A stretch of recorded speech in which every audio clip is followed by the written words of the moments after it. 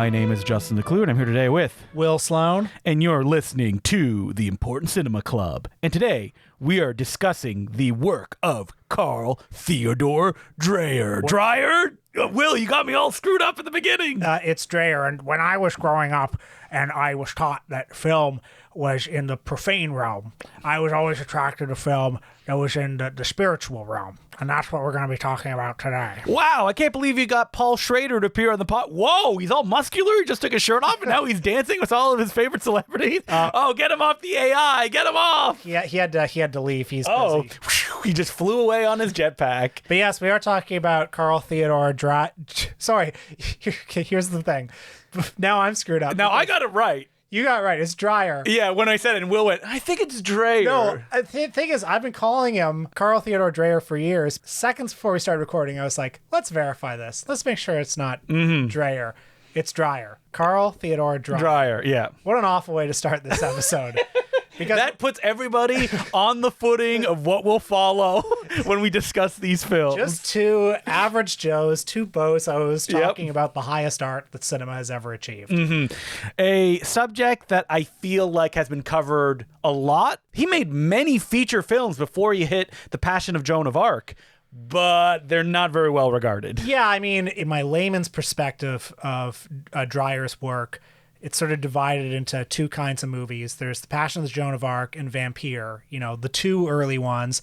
And then long break after the Second World War, or actually beginning during the Second World War, you get Day of Wrath or Dat Gertrude, which is a very different style of movie. Or at least that's how I viewed it in my head before this week. Those films are also separated by very long gaps. So like sometimes 10 years. Because he was never financially successful. No, he wasn't. And that after he was critically successful with Passion of Joan of Arc, he said, I want to make movies like the French do.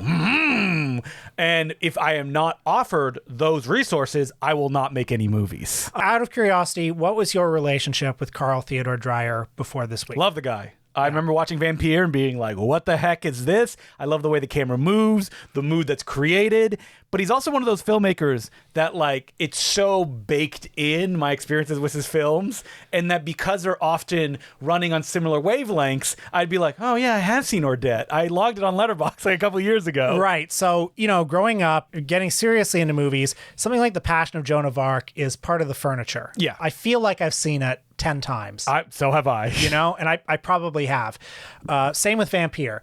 And then I think maybe 10 years ago, I saw all or most of the sound films because they played them at the TIFF Lightbox, and I genuflected at them. They didn't make a huge impression on me, I have to be honest. And so this week was actually kind of a process for me of rediscovering him or getting to know him better, because I sort of filed those later movies away as oh yeah, I'll get back to this. Maybe when I'm older, they'll mean more to me.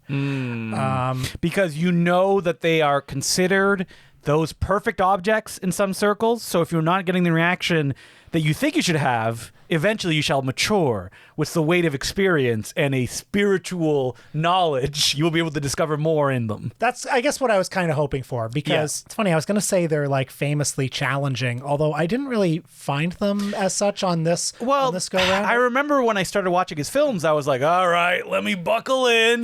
These are from the olden time, so maybe I need to recontextualize the weight. No.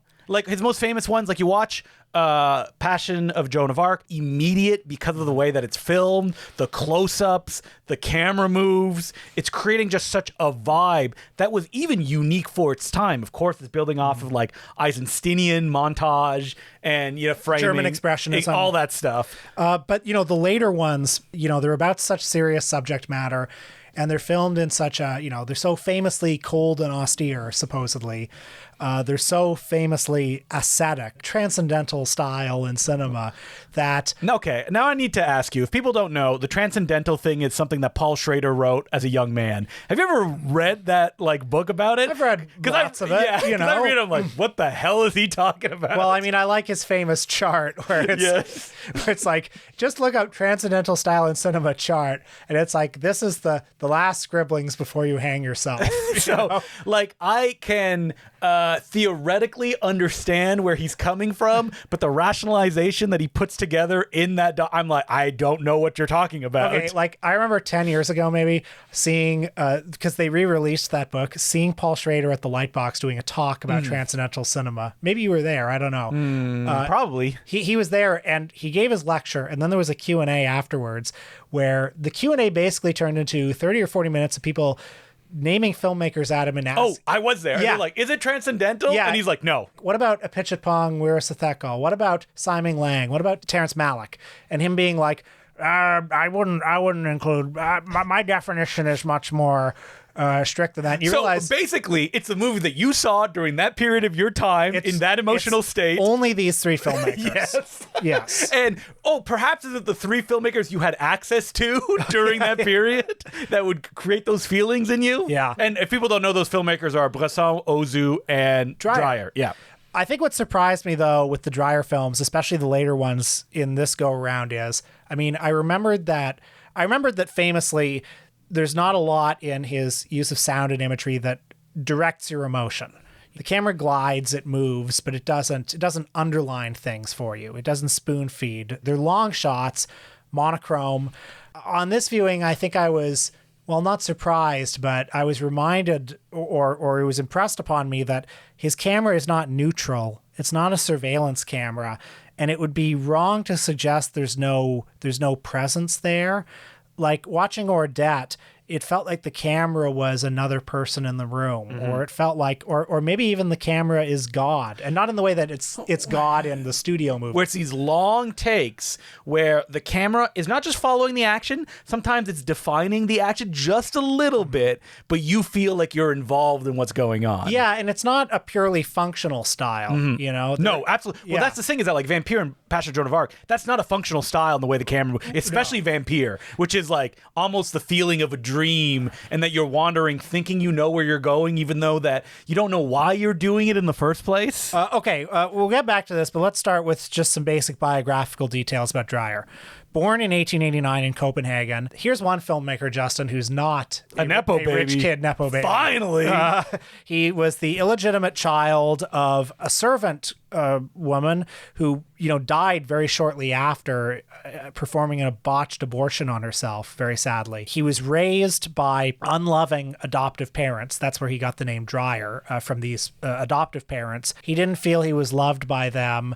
He grew up a fairly solitary, unhappy child. Was not actually instilled with great religious faith as he was growing up. He has said that he basically grew up conservative, though, in the way that he approached the world, and that his path into filmmaking is kind of like the early path that most creative people took in the birth of the industry, which is start at the bottom, worked his way up. That's right. He starts writing title cards for silent movies. In the 10s and 20s, he directs some films of only modest success. Yeah, if you look on Letterboxd, there's a whole slew of films. He made a fantasy film, but they're all fairly trapped within the confines of silent cinema. He said right from the get-go when he started directing that he wanted to put his stamp on it, that he wanted the set design to feel like he had something to do with it. But when you watch the film, I don't really see him that much in it. It was only after he moved to France and became involved in the artistic scene there, Jean Cocteau was a friend among others, that he began making the movies that would become his legacy. Chief among them, of course, 1928's The Passion of Joan of Arc. What is there to say about this one? Now, watching it again this time, I took a step back and I was like, okay, if I'm watching this with no concept of what Joan of Arc is, what is this to me? That's an interesting question. You go into this with the baggage, it is a classical film, and you know what it is. Well, yeah, I'm trying to imagine what it would be like to see this for the first time again.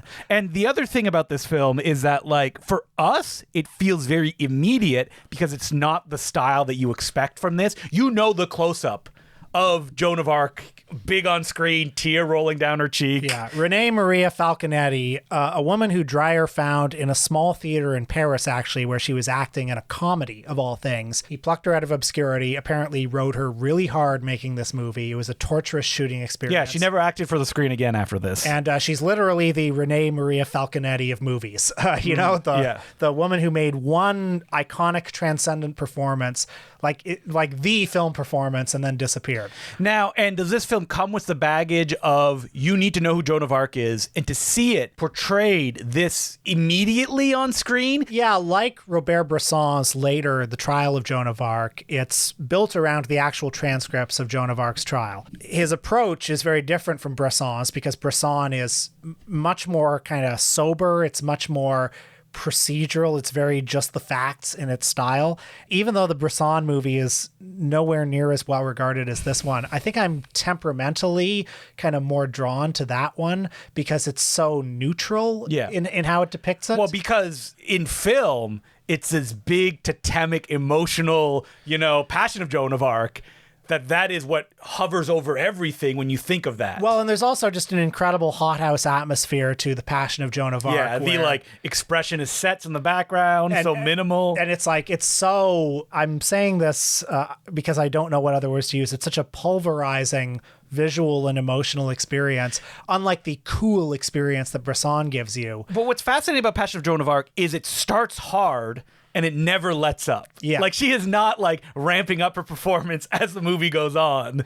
And watching it, I was like, is it because it is a collection of close-ups and kind of radical camera angles and moves that lets you get into it? Well, on this viewing, I realized that there's a tension between two different impulses in the style of this movie. It's both realism and extreme exaggeration and artifice. The realism comes from the unsparingness of the close-ups. And I mean, they're so monstrously ugly. And obviously the people playing them, they probably just look like normal people in real life. But the camera is in so close. Yeah, that really... it's a wide angle lens and it's from high and low angles too. Yeah. So when you say realism and kind of Terry Gilliam wildness, they almost go together. Yeah. But because her performance is so raw, that's what feels real. Well, yeah, exactly.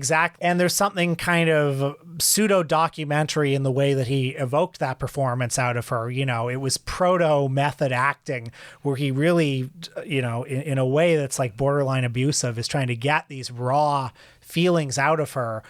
But, when I say that I'm temperamentally more drawn to the Bresson one, I think it's because of its cool objectivity. You know what I mean? Yeah, because, again, the association you make is with, the tear rolling down her cheek and her big, giant eyes. Why do you think, places like France are so obsessed with the idea of Joan of Arc, though? They keep Rivette has a two-parter film. There's a Luc Besson one, Bresson. They just keep going back to it again and again and again. Is it in? Listen, I'm not from France, so I don't know. But I'm just wondering: is there just something the misery of a woman on screen is something that they go back to, and that's almost the purest form of that story? You'll need a French historian to be able to tell you why. But why even Joan of Arc cinematically, mattered. It's not something that I'm drawn to. Yeah, the story, but they just do it again and again and again.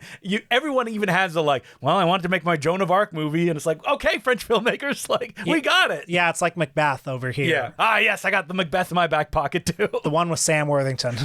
Oh yeah. What if Macbeth was a little bit sexy and cool and in the modern day? That's right. And so after Passion of Joan of Arc, while it was a critical success, it wasn't a financial one. And so if you look at his next film, which is Vampire, it almost feels a attempt of hey, I can do genre stuff. I mean, that's as I understand, that was a bit of a worry among some of his colleagues at the time. It's is this him selling out? Here's what I will say: sell out. Who cares? Well, make more movies. One for them, one for me. That's such a funny thing to say about Dreyer. Dreyer, what's this? I mean, Dreyer would go and he would work as a tabloid newspaper man in between movies. So it's not you can sell out in different ways. Vampire from 1932, which is part silent, part sound film. Yeah. And I'm watching this movie and I'm when's Bela Lugosi showing up? Yeah. When's the vampire with the sharp teeth? I mean, it was mostly filmed in 1930, or a lot of it was filmed in 1930, and it was released in 32. The year after all those Universal horror movies came out. It feels, I doubt that he was directly influenced by those films. Again, he was shooting them before they came out, but elements of it feel in that kind of wave. Well, they're all inspired from German expressionism as well, in the early experimentation. Even you can go all the way back to George Méliès, those kind of ideas. And the way that Dreyer does it in Vampire, and again, it's all about an uneasy mood of a dream. Because once Vampire starts, you are going to be a little like, wait, where am I? What's going on? Who am I following? And why are they doing this? Well, I think something that unites most of Dreyer's major films is a tension between the material and the spiritual, or maybe the depiction of the spiritual as like a spectrum. So this movie, Vampire, is very much about death, but death is not a strict binary in the movie. Yeah, sometimes it can be shadows that you don't understand. Other times it can be a skeleton hand that's pointing towards the camera. I think the movie's very, obvious and conscious invocation of what a dreamscape feels like. There's a kind of connecting of dreaming to, like, dreaming is about as close as we as living beings can get to death. You know what I mean? It's like that moment when you're between being awake and being asleep, which is like, it is a spectrum. It is a drift. And what is a dream? It doesn't just necessarily mean like, oh, wow, I don't got pants on. What's going on? It's about you're going through events that you don't quite understand and almost following the rhythms you think you have to take. And I think that Vampire does this so well with the way the camera moves in ways that at times don't seem motivated. Like, you're like, why am I going here? Why is it turning in this way? Well, and also the way that the story, such as it is, unfolds. It's about this young student. Yeah, I got a few cinema sins of like, what's going on here? Well, it's about this young student with an interest in the supernatural and the occult, drifts into this small town in France. He stays at an inn, and there's that very celebrated early dream sequence where the camera is like drifting through these, seemingly unmotivated tableaus of different dreamlike imagery. I don't know how to describe it. Yeah, Sorry. a lot of shadow play as well. But the way that the movie follows this character as, he encounters this family, the daughters who have been infected by the vampire, as he himself drifts through this configuration into something resembling his own death. There's something about the logic of that that's very close to a dream, the way that it feels like this journey from one thing to another thing to another thing, and the walls and the settings and the identities of everyone around you are shifting. The way the camera moves in this was the first thing that I noticed, and it is the connective tissue between all of this, because if the camera is moving confidently in ways that you very rarely saw in early sound cinema, like there's that famous saying of like all the directors during the silent period are like, yeah, films got screwed when sound came around because all the innovations that we were making, they just took 10 years in the back seat because we had to figure out sound. You do not know that watching this Dreyer film. Well, also because it's kind of a hybrid of silent and sound, which I think adds to the dreamlike quality of the film. So you got your inner titles. If the movie's a dream, maybe I don't know what I'm talking about. Maybe I'm just being facile here, but the sheer amount of imagery of death and decay and disfigurement. And, when you look at expressionist art of this time, there's such a preoccupation with disfigurement and disability. This is the lingering after effects of the First World War. It would have become a common sight to see these images just in the streets every day. Death and decay is everywhere. As I said, death and life are not a strict binary in this movie, or really in any of these movies. So I think I'm giving it a 2 out of 5 on the scare-o-meter because, I wasn't jumping out of my seat watching this one. What about on the Peter meter, though? Oh, man, that's a big 5. Woo, baby! I watched Day of Wrath from 1943, which, was his first movie since Vampire, made at the height of the Nazi occupation of Denmark. Widely interpreted as a parable for the Nazi occupation. No.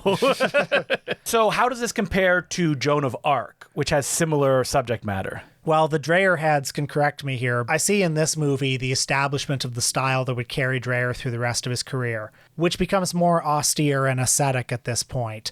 The movie is a sort of love triangle. It's set in the 1600s at the height of the witch trials. The movie begins with this old washerwoman who is, one assumes, wrongly accused of being a witch. Wait. Let's get all the information before we make that decision.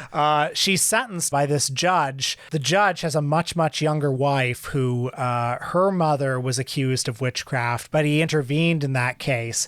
And so this old woman, at the stake, puts a hex on the family, says, I will put my evil... But I'm not a witch. At this point, she's more like, fuck it. I don't care what y'all think. I am a witch if you want it. I'm going to hex you too. Now, meanwhile, the judge, who is feeling overwhelming guilt about this, and his young wife, his young son comes back home. An affair develops between the wife and the son. Oh, it's going up on the Peter meter. But then the judge's old mother, who is the most prudish, the most Norman Bates's mother, starts to suspect his wife of truly being a witch because for the first time ever, she is feeling some kind of sexual awakening here because she's been stuck in this loveless marriage with this much older man, and all of a sudden she's becoming a newer person now that this young man is here. You know, something I might return to is I do feel that the spiritual, like as I said, is a spectrum in these movies because, you know, the old washerwoman, she's not a witch. The young wife, she's not a witch either.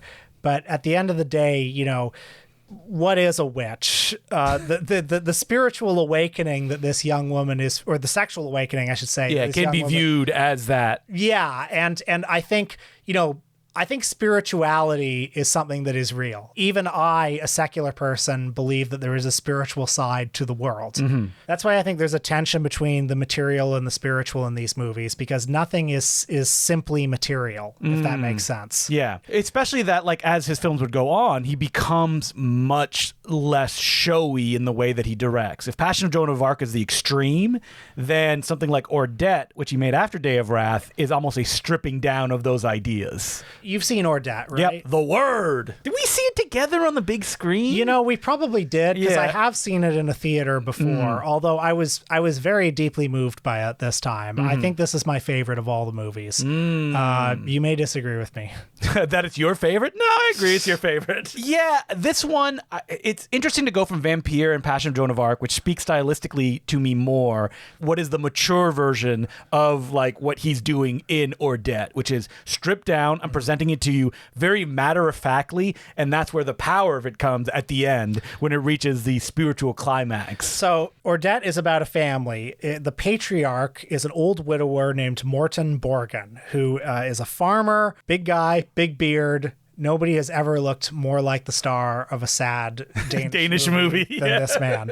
As I said, an old widower with 3 sons. There's Mikael, who's an agnostic, who's married to Inger, his wife, who is pregnant now, and she has faith.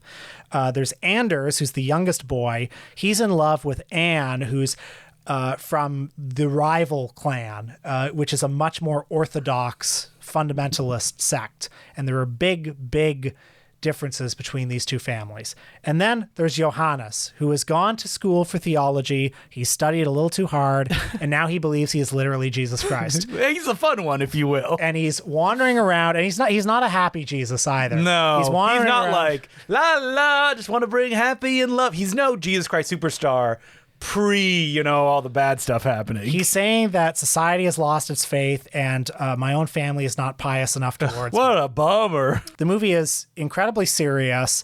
It has this incredible discipline of tone, and yet I think the emotional landscape of this movie is anything but uniform. There are scenes of great power and great sadness. There's also a lot in this movie that's very funny. Like dryly funny. Yeah, in a very dry, understated way. So when Morton Borgin meets with Anne's father, this fundamentalist Orthodox guy, and we see his church service, which is as dour as a church service can possibly be. They have this meeting of the minds where it's like, okay, let's come together and, hash out our differences for the sake of our kids. And they can't do it. They start arguing and they start fighting and they're saying the worst things to each other. And I think it is very funny, but it's also undergirded with a deep sadness because, both of these two people in their own way, they don't have a living faith. They are very dogmatic. There is no spiritual side to their spirituality. Well, as they say at the beginning of the movie, like, they haven't felt love. Towards the end of this movie, when something genuinely supernatural happens, and it happens in a way that, like, when it happens, Dreyer does nothing to underline it. No. He does nothing to break from the rigorously disciplined style of this movie. God, I'm not sure why I find it so powerful, but... You said it was dour. It's very regimented in style, and when that moment of grace, when the moment of miracle happens, in a world where it should not exist... That's right. It is so powerful because of everything that surrounds it. And that is what faith is, is it not? To the extent that there is faith, to the extent that there is spirituality. Is that a miracle can exist, that it can happen. Yeah. And that's if the it mystery. does, if he had made it more like Cecil B. DeMille, it wouldn't be powerful because it is just the artifice of Hollywood, what we expect the way this is supposed to be presented. Yeah, exactly. There has not been a director we've talked about that has been more of a contender that like you need to see these in a cinema. Oh, I mean, it definitely helps. What I'll also say is, even though his style is very austere and disciplined, he's not Bresson with his actors either, No. though. Well, they're all actors. Yeah. Like the thing about Bresson is he liked to get like literally models and that they are not familiar with acting, and if they tried to act, that he would winnow them down until it's just bare in the Right. presentation. And that's not the case in his films. So I watched a documentary about Dreyer, and the actors talk about like, and this is with time has been passed, they're like, he wasn't that rough, even though that's the most famous thing that he's known for, and that like he wasn't someone who would come with everything prepared like Hitchcock, that he would be willing to improvise on the day, that he was a perfectionist and would do things forever.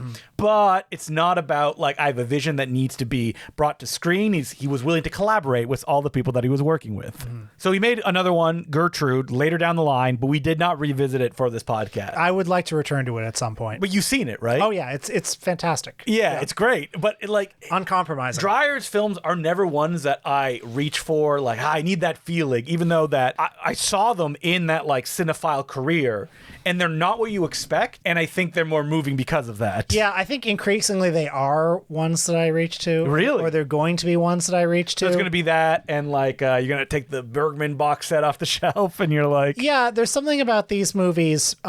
They do feel like worlds that I want to inhabit. because of the way they make you feel, like, Yeah. I just want to sit in these spaces. I want to sit like in, even Passion of Joan of Arc, like. less so that one, to be Yeah. honest, because it represents a different extreme of his style. The other ones feel like wide open spaces in which I can be comfortable. I like that Vampire is one that you can just live in. Oh, yeah. And that it's like there's not really an entryway or an exit, and because of that, it feels like part of a subconscious. Oh, yeah. And you watch it and you're like, oh, this is what A24 films are trying to do in a certain way. Yeah. But why is it that I watch Vampire and I don't feel that heaviness or that dourness to it? Is it the genre elements? Yeah, but A24 horror films would have those genre elements, but they feel dour in the way they're presented. And I watch Vampire, which is not a funny film. No. But it feels like light of foot in a way those don't. Something to, think about. Yeah, I do agree it's better than most of the A24 movies. Yeah, but again, it's just 2.5 on the scary-meter. Except Tusk. I'm a walrus. I mean, I haven't seen all of that one because it's too scary. Hashtag Gertrude, yes.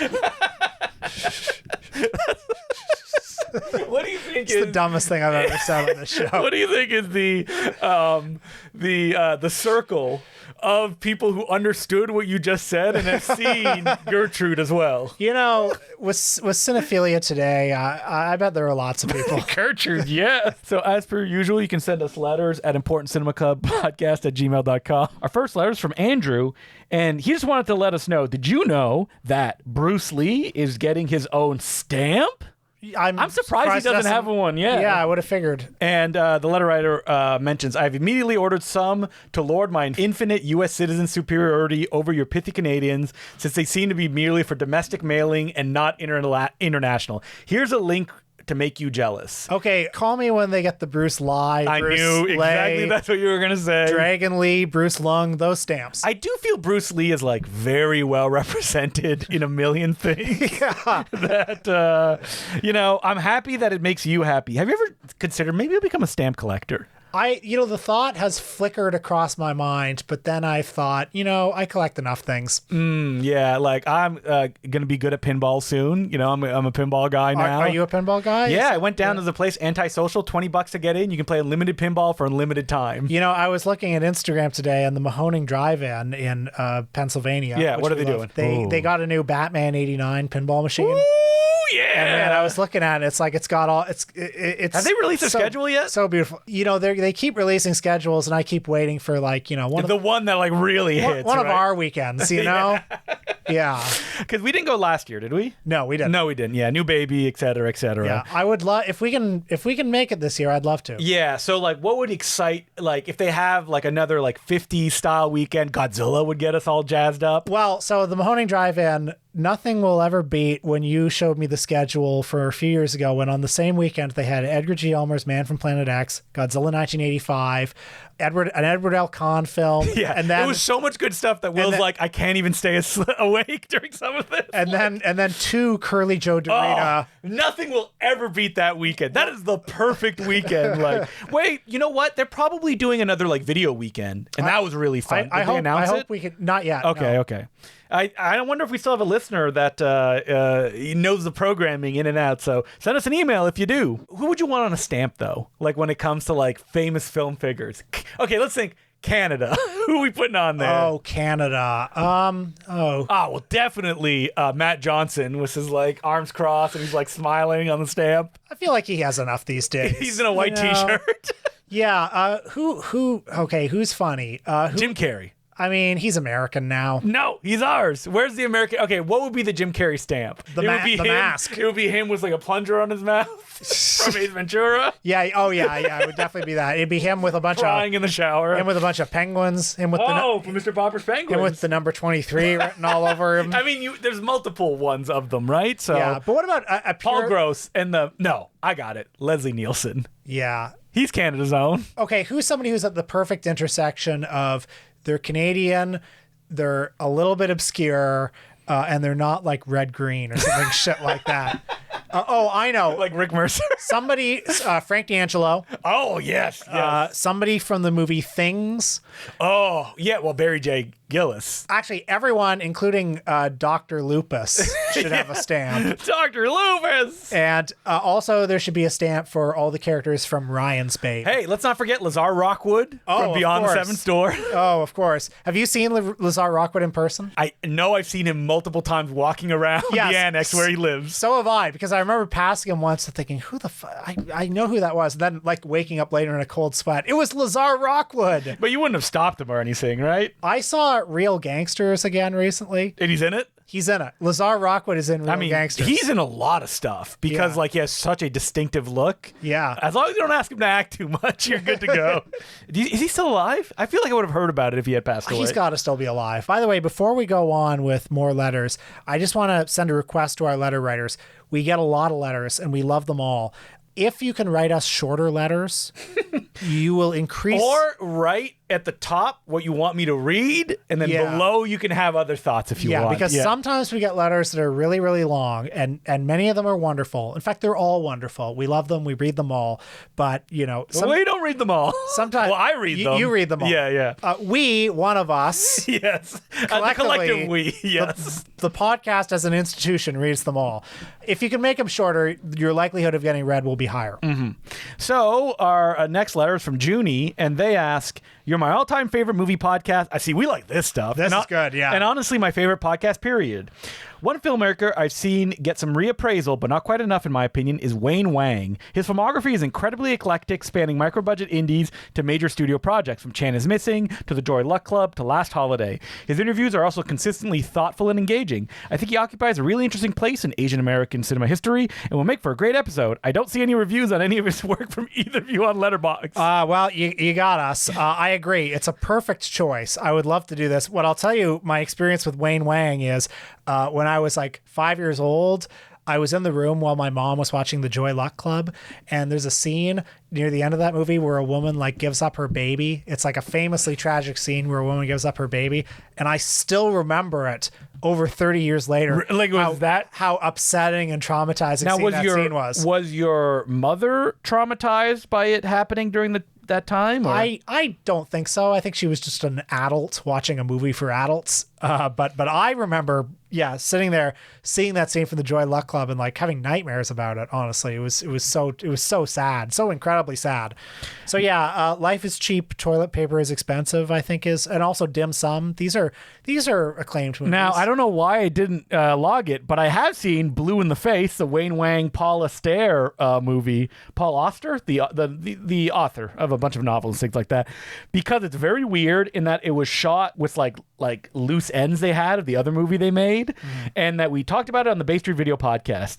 Wayne Wang is not in the conversation, I feel, very often right now, though. I feel like it's because so much of his work is kind of, he has certain art house classics. Made in Manhattan, Last Holiday. Last Wait, Holiday. he directed Last Holiday? Yeah, incredible. With Queen Latifah. Yeah. His career isn't as neat as a lot of directors. Yeah. And I don't think. But like Jarmusch, he definitely has that Jarmusch kind of trajectory, and then it just drops off. Like I know who he is; I've heard his name before, but definitely a subject I'd love we should get to. Investigate this. Now, the author of this letter also asked, additionally, wondering if you have any recommendations for Asian American diaspora cinema. I don't know if we're the two guys to answer those questions. I haven't seen Open Doom Crescendo, Mango Shake. There you go. Yeah, that's a subject I don't know if I feel the most comfortable about. Being like the definitive movies that you should check out. Yeah, but Open Doom Crescendo, that's a great pick. Actually, I just saw a great local movie. I don't know if there's any way to see it if you didn't go to the screening at the Paradise last week,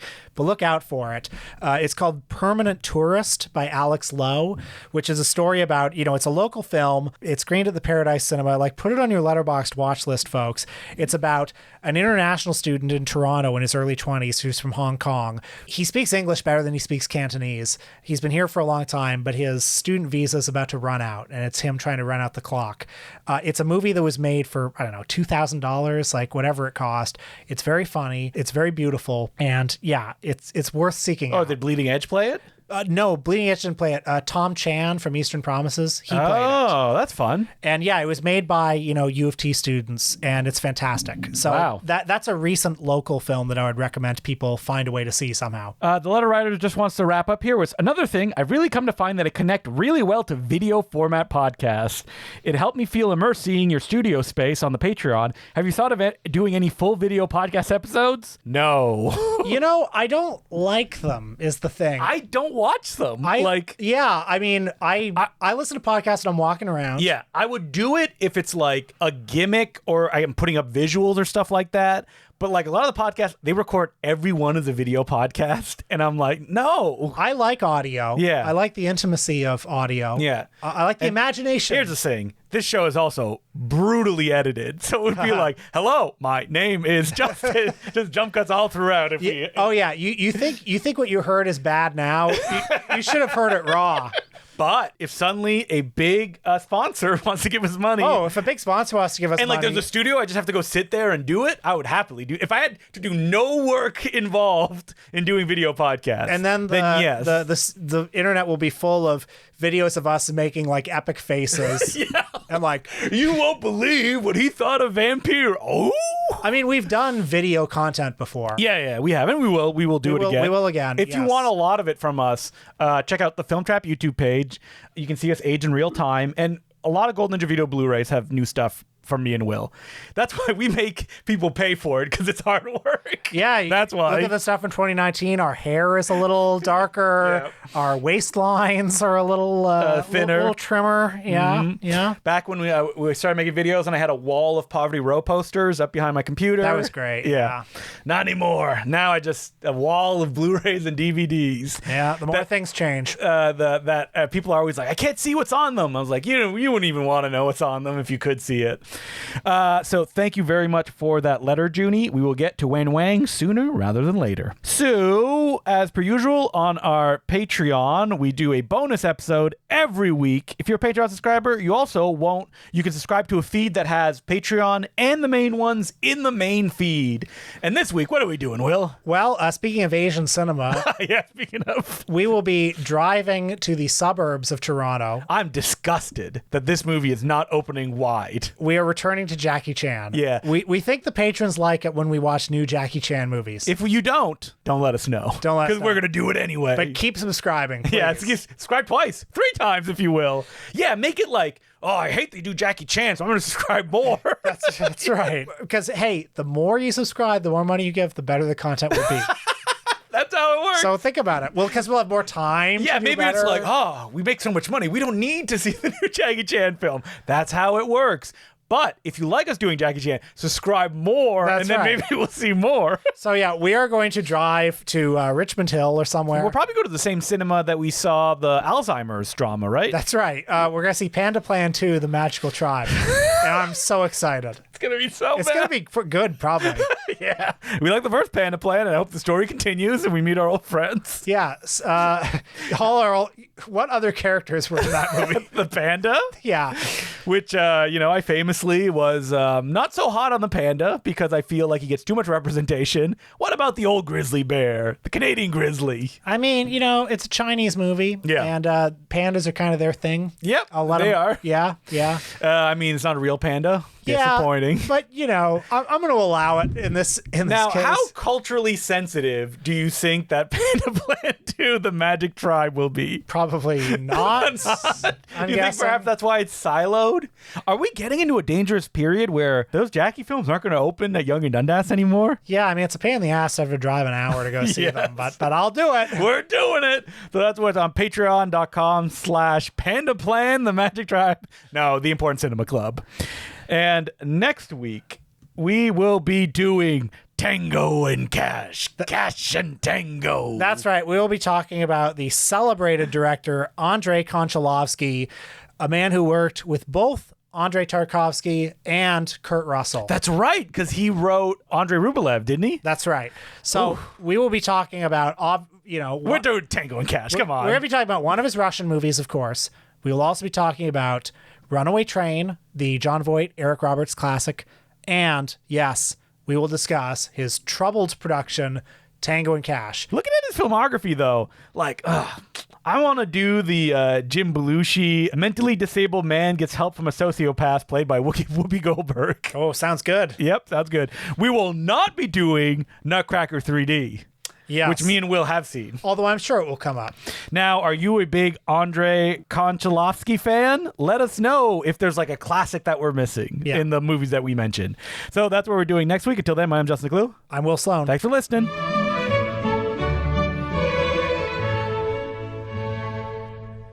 As per usual, I would like to thank some of our new patrons who include Cameron Gregg, Frederick Walling-Swyat, Stephen Coffin, Zenu867, Nick, Alejandro Celis, Elias Ojalati, Brian, Scott Wilson, Chris Zed, Adam, Josh Baker, Christian Pacifico, Robert, Joshua Masser, Craig, Jake Weatherwell, and Min. Thank you very much for becoming patrons. We could not keep doing this without you. I love it when people send us packages to our P.O. Box, which you can find underneath. In the description. In the description. Sorry, I was pointing as if people would know. Are there any presents here for me? There are, Will, because we got a package from Anders, and this one comes directly from Sweden. Wow. And it came, and there was a bunch of Doraemon stickers and Hello Kitty all over it, so I was very excited. I'm seeing this in real time right now. Anders has sent us a Laurel and Hardy comic book. Issue number 1. Helan and Halvan. There's a Bugs Bunny comic book, which looks just as good as the American versions. Oh, I think it's probably American reprints. And there's also a Woody Woodpecker one. Anders writes, Woody also had his own comic book running for decades, initially featuring material from Gold Key and Dell. But in the early 80s, Danish artist Freddie Milton made Barks-inspired Woody comics exclusively for the Scandinavian market. It's the first comic in this issue. So, thank you, Anders. That's really cool. How about you take the... I really like the title. You got Laurel and Hardy. I'll take Laurel and Hardy. You can have the others. He wrote notes on all of them. I love that there is a Danish-only Woody Woodpecker artist that was kind of famous and inspired, because when we talked about it, there are not a lot of Woody reprints. That's a subject that no one has really gotten into yet. Will has a big smile on his face looking through I'm sorry. I'm reading the Laurel and Hardy comic, and I'm trying to think, can I do an imitation of Laurel and Hardy in Swedish? No, I can't. No. I'm not even gonna try it. You're getting all I can't even do them in English. Riled up. I also liked, and I have a copy here for Will, he made a movie that is called Places That Were Anime to Me, and it's like an essay film that's amazing. It's him talking about what it meant to become an anime fan in the late 90s and how he defined himself by that and what it means to be where he is now in life. That's so cool. So he probably got into anime for the porn, right? Yes, that's right. It's really good. It's a movie that I was happy to review on Letterboxd, and I hope the post I made about it, and I just took some screenshots, literally had 1.5 thousand likes. So it's like... And this had 5 reviews on Letterboxd. Places That Were Anime to Me. Yeah, on Gumroad. I don't remember what the Gumroad link. You know what? I'll put it in the descriptions. You can rent it for $3 from his official website, and you can buy the Blu-ray, which has English commentary and stuff like that. So if you liked anime, or you were in even any kind of subculture early on when it felt almost like a secret, this will speak to you.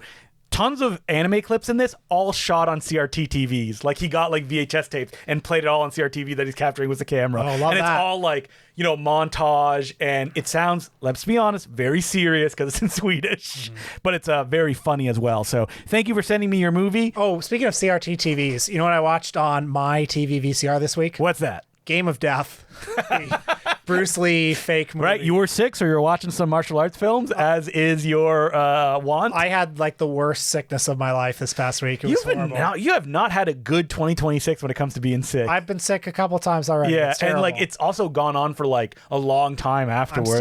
I'm still fucking coughing from the previous illness. Yeah. Anyway, I watched Game of Death on my CRT TV. When I was putting it in, I thought, do I care that this is pan and scan? No. And I realized no, not Game of Death. I don't. And I've seen it in widescreen. I've seen it in pan scan. It's the exact same experience. Game of Death is one of those movies that I'm like, I don't think I need to watch that again. Like, well, here's the thing. I also felt that way. and you enjoyed it. But I was also like, maybe I'll watch it on VHS then. Yeah. And it's you don't need to watch it again.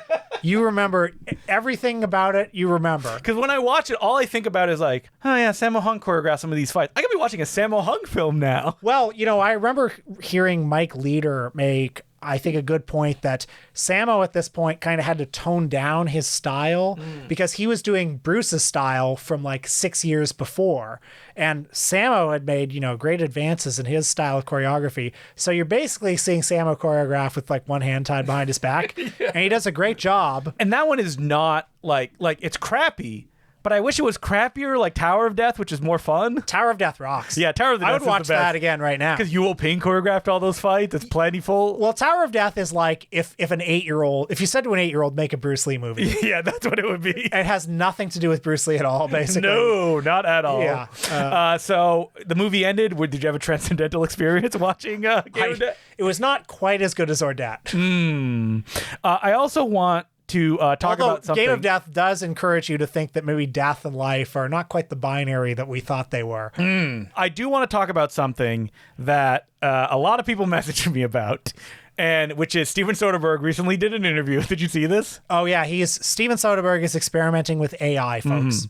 And all I got to say is that no thank you from me. That's it. You're probably not surprised though, right? Because Soderbergh's a tinkerer. He is. But I would think that it would be more, take a step back and think about like what it is, where it comes from, what it means to use it. Yeah. And he doesn't see, and he did a follow-up interview where he's like, I don't understand why everybody's mad at me. I don't know if you feel this way, but I'm kind of less and less excited by Soderbergh than I've ever been. I was getting back on the train. I know. I hear the Christophers is good. It's fine. Yeah, Okay. It's good. Yeah. But like I remember seeing Black Bag last year and thinking, and a lot of people are going to disagree with me, I think the style is really annoying. Oh, I love Black Bag. Okay, I had a big you love smile it. on my face. Yeah. But then when he says this stuff, and then he's like, I'm making a Yoko Ono doc. Fuck off. No, thank you. Get out of here. That's what he's using it for, isn't it? Yeah, it The is. Yoko documentary. And he also wanted to do a Spanish Civil War movie. Okay. No one wants this. I don't understand. Like, why does he think? And I get it. He's a tinkerer. There's a difference between using a Red camera or an iPhone to shoot a movie to using AI. There's a huge difference there. And I think he just doesn't understand it because he's not paying attention at all. He's old. Yeah, he's old. That's all. So, rest in piss, Steven Soderbergh. Oh, so Now, mean. What's funny is I was quoted during TIFF in a bunch of articles because I asked him a question about him writing a book. You did. And I was quoted again in all the articles about AI because I wrote, rest in peace. You had a good run. Well, I'm reminded of in The King of Comedy, the woman who said, you should only get cancer. I hope you get cancer. I don't think it's the same because I'm justified, baby.